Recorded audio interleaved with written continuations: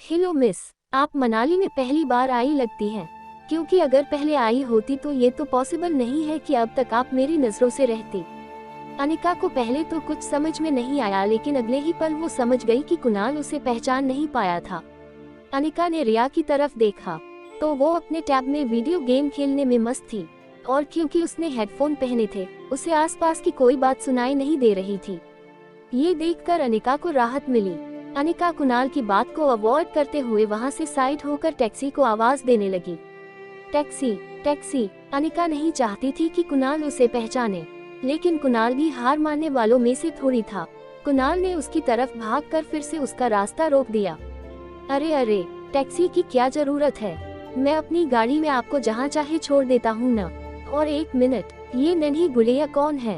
ये कहते हुए उसने रिया की तरफ इशारा किया और उसके गाल पर हाथ फिराया।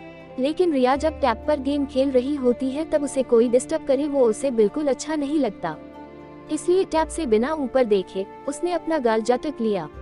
ऐसा करने में रिया के कान से हेडफोन नीचे की तरफ स्लाइड होकर गिर के उसके कंधे पर आ गया था, लेकिन अभी भी उसका ध्यान वीडियो गेम खेलने में ही था। अनिका टैक्सी ढूंढने में बिजी हो गई, लेकिन कुणाल पीछे पीछे आकर उससे एक नहीं तो दूसरे तरीके से बात करने की कोशिश करता रहता था। कुणाल, ओह समझ गया, यह आपकी छोटी बहन है ना? ये सुनकर रिया जोर जोर से हंस पड़ी। तभी कुणाल को वापस गौतम का फोन आया।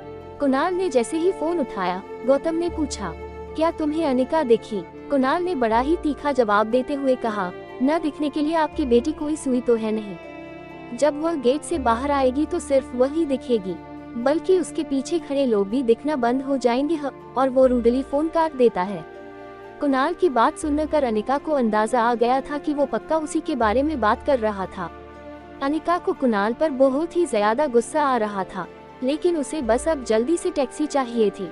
वो पूरे जोश और गुस्से के साथ जोर से चिल्लाई, टैक्सी। ये सुनकर कुणाल और ज्यादा इम्प्रेस हो गया और बड़े ही मीठे अंदाज में बोले, सुनिए मिस, मैं आपको छोड़ देता हूँ ना। वैसे भी मैं जिसे लेने आया था लगता है वह आई ही नहीं। आप अगर बेंगलुरु की फ्लाइट में आई है तो आपने फ्लाइट में किसी बेहद मोटी औरत को देखा होगा। ये सुनकर अनिका एक पल को रुकी और उसने कुणाल की तरफ मुड़ कर देखा। कुणाल आगे कहता है कि दरअसल 6 साल पहले वो 120 किलो की थी। अब 6 साल में तो उसने पक्का डबल सेंचुरी पार कर ही ली होगी। अनिका बिना कुछ बोले कुणाल की बातें सुनकर सोच रही है कि पता नहीं क्या क्या सोच रहा है वो उसके बारे में। अपनी बातों को सुनते हुए कुणाल अनिका तो देखता है तो वो उसे इम्प्रेस करने के चक्कर में और उसे हंसाने के लिए आगे कहता है कि वैसे मुझे लगता है कि फ्लाइट वालों ने उसे बिठाने से मना कर दिया होगा। कहा होगा कि अगर तुम बैठोगी तो फ्लाइट कैसे उड़ेगी। कहते हुए वो खुद भी हंसता है और उम्मीद करता है कि उसके जोक से अनिका को भी हंसी आएगी, लेकिन अनिका बड़े ही ठंडे तरीके से उसको देखती रही। अनिका को हंसता हुआ ना देखकर कुणाल ने भी अपनी हंसी रोकी और बोला, अजी छोड़िए, मैं भी किसकी बातें लेकर बैठ गया। कहाँ आप और कहाँ वो। तभी एक टैक्सी अनिका के पास आकर रुक गई। दूसरी तरफ पीछे से कुणाल का ड्राइवर हाथ में अनिका गुलेरिया का बोर्ड लेकर दौड़ा चला आ रहा था। वो आकर कुणाल के बाजू में खड़ा हो गया, मानो वो कुणाल को कुछ बताने आया हो। अनिका ने जल्दी जल्दी में रिया को टैक्सी में बिठाया और खुद जब टैक्सी में बैठने जा रही थी तब कुणाल ने थोड़ा मायूस होते हुए कहा, वैसे आपको मनाली में किसी भी चीज की जरूरत हो तो सिर्फ एक ही नाम याद रखिएगा, कुणाल डोगरा। किसी से भी मेरा नाम पूछिएगा, मेरे घर तक छोड़ जाएगा आपको। टैक्सी वहाँ से निकलने ही वाली थी कि तभी कुणाल ने टैक्सी रोकी और विंडो के पास झुककर बड़े ही फ्लर्शियस अंदाज में कहा, अरे मिस अपना नाम तो बताती जाओ। ये सुनकर अनिका ने कुणाल को देखते हुए अपनी आंखों से काला चश्मा निकाला और बड़ी ही तेज और कटीली नजर से कुणाल को देखते हुए बिना किसी भी हाव भाव से धीरे से कहा, अनिका गुलेरिया। मनाली के छोटे से एयरपोर्ट के बाहर की चहल पहल के बीच कुणाल ने अनिका को पूछा, अरे मिस अपना नाम तो बताती जाओ। ये सुनकर अनिका ने कुणाल को देखते हुए अपनी आंखों से काला चश्मा निकाला और बड़े ही तेज और कटीली नजर से कुणाल को देखते हुए बिना किसी भी हाव भाव से धीरे से कहा, अनिका गुलेरिया। कुणाल ये सुनकर दंग रह गया। वो कंफ्यूजियों में खड़ा सोच रहा था कि इस खूबसूरत लड़की ने अपना नाम अनिका क्यों बताया होगा। लेकिन तभी टैक्सी के अंदर बैठी अनिका ने कुणाल के पीछे खड़े ड्राइवर के हाथ का बोर्ड दिखाते हुए कहा, तुम अनिका गुलेरिया को पिक करने आए हो ना। अब तक कुणाल भी अनिका के नाम वाला बोर्ड देख चुका था। उसने सोचा कि टैक्सी में बैठी लड़की बस वह बोर्ड का लिखा नाम पढ़ रही थी, इसलिए कुणाल ने आगे बढ़कर कहा कि अरे उस मोटी को तो मैं टैक्सी से भेज दूंगा, आप दोनों आराम से मेरे साथ कार में चलिए ना। कुणाल की यह बात सुनकर अनिका ने उसे एक एरोगेंट स्माइल दी और टैक्सी ड्राइवर को टैक्सी चलने को कह दिया। कुणाल के मुंह पर धुआं छोड़ती टैक्सी रफ्तार पकड़कर कुणाल के सामने से निकल गई। 2 पल के लिए कुणाल मायूस हुआ, लेकिन तभी उसे कुछ याद आया, इसलिए हड़बड़ाहट में उसने ड्राइवर के हाथ से बोर्ड लिया और ड्राइवर को कहा, तू फटाफट इस टैक्सी के पीछे जाकर मैडम का पीछा कर और मुझे ये बता कि वह कौन सी होटल में रुकी है, और सुन, उन्हें बिल्कुल शक नहीं होना चाहिए, चल भाग। ड्राइवर झट से गाड़ी निकालकर अनिका की गाड़ी का पीछा करने लगा। एयरपोर्ट से मनाली लगभग 1 बजे से 1:30 बजे घंटे का रास्ता था।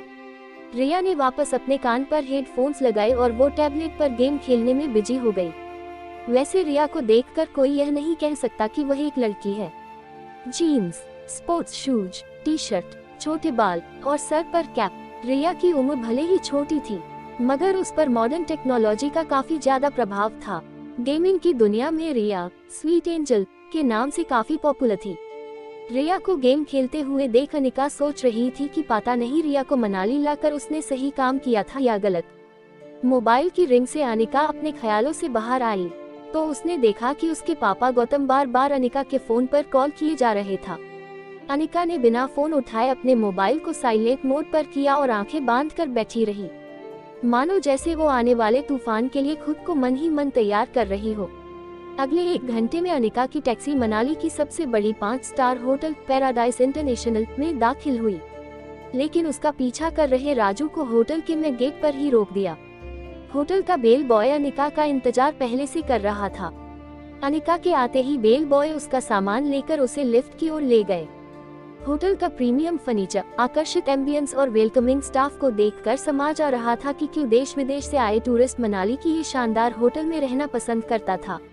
बेल बॉय अनिका को लिफ्ट की तरफ ले जाता हुआ बोला कि उसका बुकिंग प्रेसिडेंशियल स्वीट में है, जो होटल के टॉप फ्लोर पे है। लिफ्ट में दाखिल होते ही बेल बॉय ने 24वें फ्लोर का बटन दबाकर अनिका से कहा, मैडम इस टॉप फ्लोर पर सिर्फ 2 ही अपार्टमेंट्स हैं, एक आपका और दूसरा है हमारी होटल के मालिक मिस्टर रोहित मारवा का। वो अपने बेटे और छोटे भाई के साथ यही रहते हैं। कुछ ही पल में लिफ्ट 24वें माले पे पहुंच गई थी। लिफ्ट का दरवाजा खुलने पर अनिका ने देखा कि यह फ्लोर होटल के बाकी के फ्लोर से ज्यादा सुकून वाला था।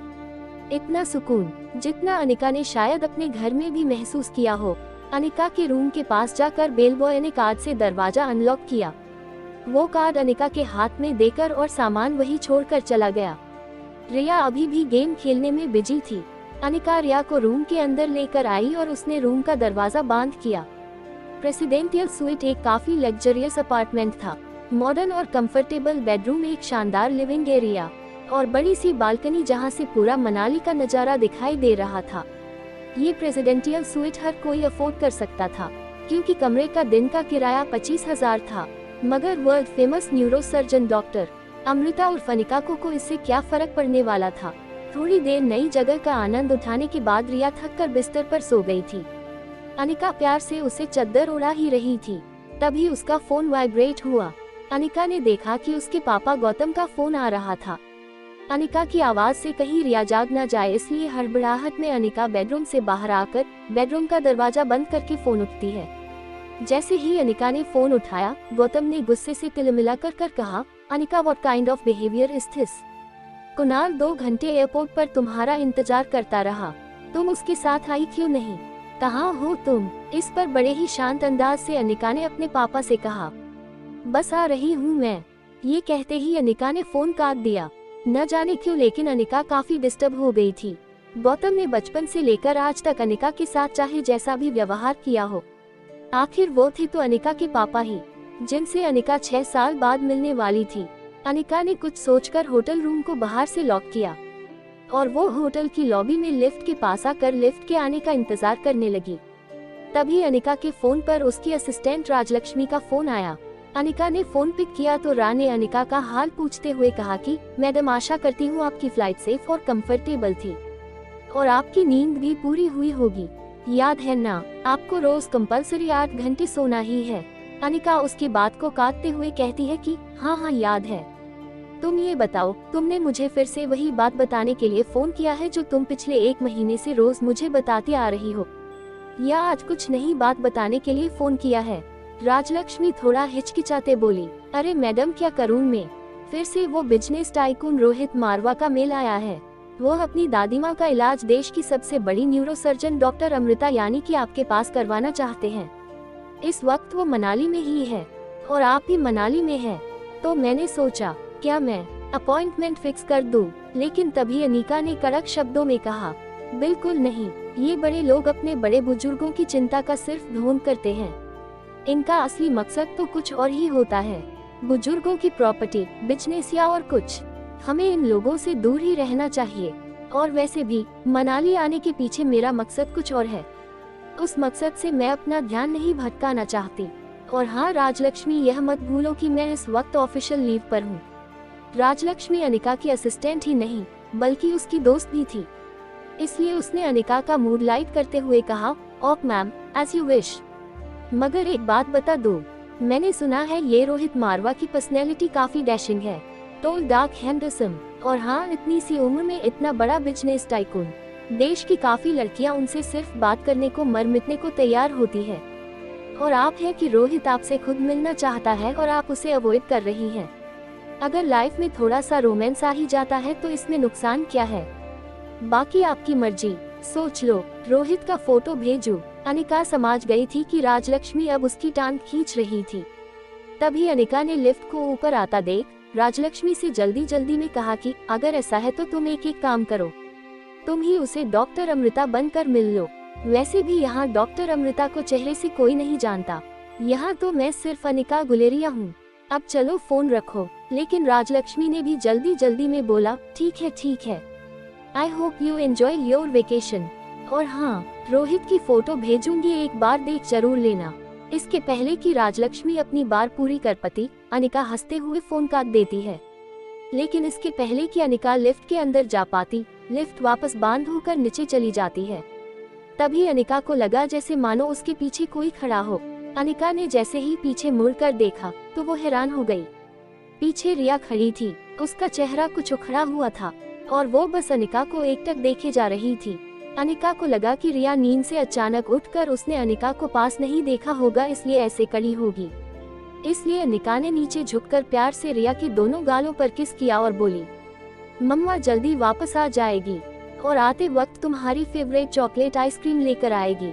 ठीक है, चलो अब जाओ कमरे में और आराम करो या तो अपना फेवरेट वीडियो गेम खेलो। तभी वापस लिफ्ट आ चुकी थी। लिफ्ट का दरवाजा खुला और अनिका लिफ्ट के अंदर चली गई। अंदर जाकर अनिका ने रिया से फिर एक बार कहा, सीधे रूम में चले जाना। हाँ, mamma will miss you and mamma loves you. Lift का दरवाजा बंद हो गया और लिफ्ट नीचे जाने लगी। बाहर जाने की जल्दी में अनिका एक बात भूल रही थी कि उसने अपने कमरे का दरवाजा बाहर से बंद किया था। फिर भी रिया रूम में बाहर कैसे आ गई थी? अनिका की लिफ्ट के नीचे जाते ही अनिका के रूम के सामने वाले रूम का दरवाजा खुला और उसमें से एक छब्बी आदमी बाहर आया।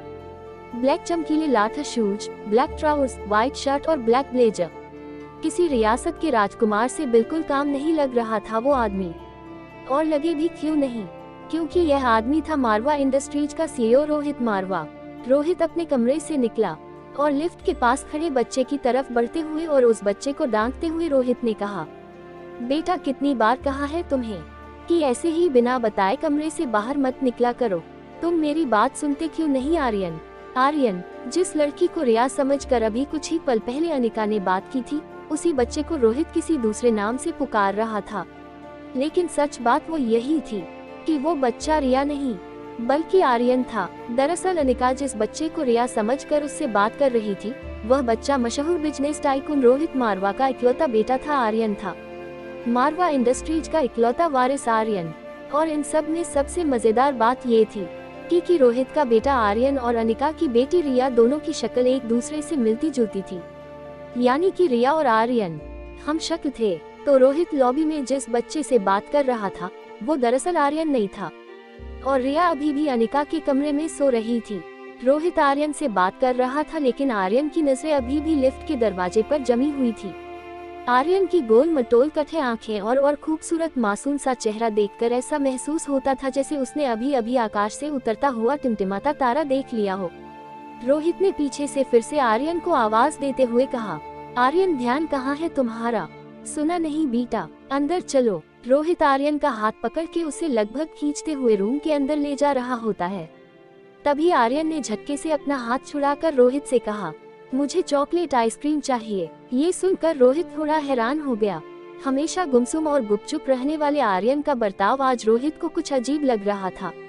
रोहित ने तुरंत कुछ सोचकर अपनी जेब से फोन निकाला और होटल के सीसीटीवी रूम में फोन करके उसके रूम के बाहर का सीसीटीवी फुटेज तुरंत मंगवाया। वह देखना चाहता था कि अभी अभी लिफ्ट के पास आर्यन के साथ क्या हुआ था। कुछ ही पल में सिक्योरिटी इंचार्ज लैपटॉप पर सीसीटीवी लेकर आया गया। फुटेज में रोहित ने जो देखा वह देखकर वह दंग हो गया। आर्यन एक ऐसा बच्चा था जो किसी अजनबी से तो दूर बल्कि रिश्तेदारों से भी ज्यादा बात नहीं करता था, न ही उसके पापा के अलावा किसी के साथ मिक्स हो पता होता था। लेकिन सीसीटीवी में आर्यन ने एक बिल्कुल अनजान औरत को अपने पास आने दिया, यहाँ तक कि उसे किस भी करने दिया। ये बात रोहित को बड़ी अजीब लगी। रोहित सोच रहा था कि ये कैसे हो गया। वही आर्यन बार बार दोहरा रहा था, चॉकलेट आइसक्रीम चाहिए, मुझे चॉकलेट आइसक्रीम चाहिए। दूसरी तरफ अनिका गुलेरिया हाउस पहुंच गई थी। गुलेरिया हाउस उसका अपना घर जो 6 साल पहले तक खंडर जैसा था, लेकिन अनिका ने आज घर के में गेट में कदम रखा तो देखा कि घर का रूप रंग पूरी तरफ से बदल चुका था। गार्डन फिर से हरा भरा हो चुका था और उसी हरे भरे बगीचे के बीचों बीच रंगीन लाइटों वाला शानदार फवारा था। घर के में गेट से अंदर आते ही अनिका को महसूस हुआ कि घर के अंदर पार्टी चल रही थी। अनिका ने गार्डन में खड़े हुए देखा कि वहाँ यंग लड़के लड़कियां अंग्रेजी गानों पर नाचते झूमते नजर आ रहे थे। वही कहीं एक बोर्ड लगा हुआ था जिस पे लिखा था, हैप्पी बर्थडे कामिनी। कामिनी यानी अनिका की सौतेली छोटी बहन। उसी के बर्थडे की पार्टी चल रही थी। तभी गार्डन के किसी कोने से एक लड़की के गिड़गिड़ाने की आवाज आई। अनिका ने आवाज की दिशा में घूमकर देखा तो एक लड़की जमीन पर गिरी हुई थी। जैसे ही वो लड़की अपने कपड़े साफ करती हुई उठी, अनिका को याद आया कि वो लड़की अनिका की बुआ की बेटी प्रीति थी। अगले साल मिस हिमाचल बनूंगी और उसके बाद मिस इंडिया। क्या तुम अब भी कहोगी कि तुम्हारी अनिका दीदी मुझसे ज्यादा खूबसूरत है? डरी सहमी प्रीति ने दबी आवाज में कहा, हाँ अनिका दीदी बहुत सुंदर है। हाँ अनिका दीदी सबसे ज्यादा सुंदर है। प्रीति की बात सुनकर सब हंस पड़े। कामिनी ने बड़े ही स्टाइल और एटीट्यूड में चलते हुए सब लोगों से कहा, अच्छा एक काम करते हैं, वोटिंग कर लेते हैं। आपको वोट करना है कि इस मोटी और मुझ में ज्यादा खूबसूरत कौन है।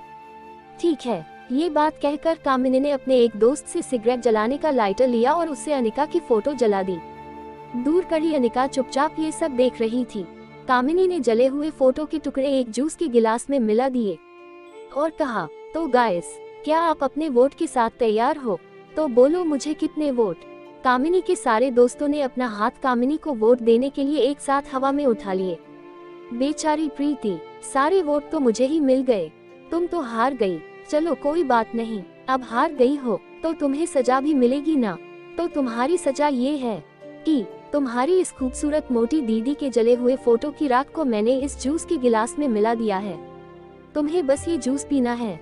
लेकिन जैसे ही प्रीति ने उस जूस को पीने से मन किया, कामिनी ने प्रीति के मुंह को अपने हाथ से पकड़कर उसके गलों को दबाया और कामिनी ने प्रीति को जबरदस्ती जो जूस पिलाने की कोशिश की। लेकिन इसके पहले कि वो प्रीति के मुंह में जूस डाल पाती, एन वक्त पर एक हाथ आकर बीच में कामिनी का हाथ पकड़कर उसे रोक लेता है। ये हाथ अनिका का था। अनिका ने गुस्से में कामिनी का हाथ इतना कस के पकड़ा था कि कामिनी की चीख निकल गई। बिन माँ की अनिका को बचपन में साक्षी बुआ से ही माँ का प्यार मिला था और प्रीति तो मानो अनिका की कजन नहीं बल्कि सगी छोटी बहन हो। अनिका प्रीति की तरफ आगे बढ़ ही रही थी। इतने में उसे लगा कि प्रीति की हालत कुछ ठीक नहीं। ऐसा लग रहा था जैसे काफी वक्त से उसकी सहेलियां उसका मजाक उड़ाकर उसका तमाशा बना रही थी और इन सब की लीडर थी कामिनी। हाथ में वाइन का गिलास, लाल रंग का बैकलेस टॉप, काले रंग का मिनी स्कर्ट और गोल्डन रंग की ऊंची हील्स में कामिनी किसी ग्लैमरस मॉडल से कम नहीं लग रही थी। प्रीति ठीक से उठ पाए उसके पहले कामिनी ने प्रीति को उसकी कलाई से पकड़कर वापस जमीन की ओर पटक दिया। कामिनी के हाथ में अनिका का पुराना फोटो था। वह अपनी सहेलियों को फोटो दिखाकर पूछ रही थी, ध्यान से देखो इस मोटी को। ये पागल प्रीति कह रही है कि यह मोटी मुझसे ज्यादा सुंदर दिखे। अब तुम लोग बताओ, जिसे यह मोटी सुंदर लगे वो तो कोई पागल ही होगी ना। जमीन पर गिरी प्रीति दबी कुचली आवाज में कहती है, अनिका दीदी सचमुच बहुत सुंदर है, बस उनका वजन थोड़ा सा ज्यादा है। लेकिन इस बात पर तो कामिनी तिलमिला उठी। यू स्टूपिड गर्ल, तुझे पता भी है कि खूबसूरती क्या होती है? मुझे देख, मेरे फेस को, मेरे बॉडी को देख, ये होती है खूबसूरती। ऊपर से मैं मेडिकल स्टूडेंट हूँ और इस साल मिस मनाली कंपटीशन भी जीत चुकी। अनिका ने कामिनी के हाथ से गिलास छीनकर कहा, हार और जीत का फैसला खेल खत्म होने के बाद होता है, और खेल अब तक खत्म नहीं हुआ। अनिका ने जमीन पर गिरी प्रीति को उठाया। प्रीति ने अनिका की आंखों को गौर से देखा। प्रीति इस आंखों को, इस आवाज को पहचानती थी। वो समझ गई कि ये लड़की और कोई नहीं बल्कि उसकी अनिका दीदी ही थी। प्रीति अनिका का नाम लेकर तुरंत उसके गले लग गई। ये देखकर कामिनी शौका थी। उसे अपनी आंखों पर यकीन नहीं हो रहा था। वो समझ नहीं पा रही थी कि कल तक की 120 किलो की अनिका आज इतनी फिट, फाइन एंड गॉर्जियस कैसे दिखने लगी। ये चमत्कार आखिर हुआ कैसे? आसपास खड़े कामिनी के सभी दोस्त भी सरप्राइज हो गए।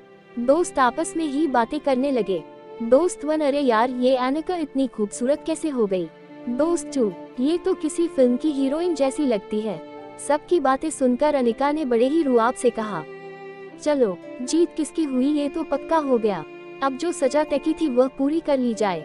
ये कहते हुए अनिका ने कामिनी की कलाई को पकड़ा और अनिका ने वही जूस का गिलास कामिनी को देते हुए उसे पीने को कहा। कामिनी ने गुस्से से अनिका के हाथ को जातक दिया, जिससे जूस का गिलास नीचे गिर गया।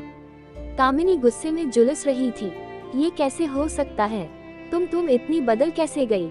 और तभी गिलास टूटने की आवाज सुनकर गौतम और अनिका की सौतेली माँ मनीषा वहाँ भागते हुए आ गए।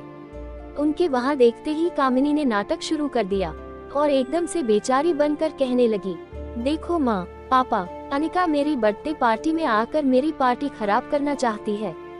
मैंने सिर्फ इतना पूछा कि तुमने अपना वजन कैसे घटाया तो मुझसे कहने लगी, अब मैं तुमसे काफी ज्यादा खूबसूरत हूँ, भला तुम्हारी औकात ही क्या है मेरे सामने। और ये कहते ही कामिनी झूठ मूठ रोने लगी। इससे पहले कि अनिका अपनी सफाई में कुछ कहती, हमेशा की तरह गौतम ने बिना सच्चाई जाने अनिका को डांटना शुरू कर दिया।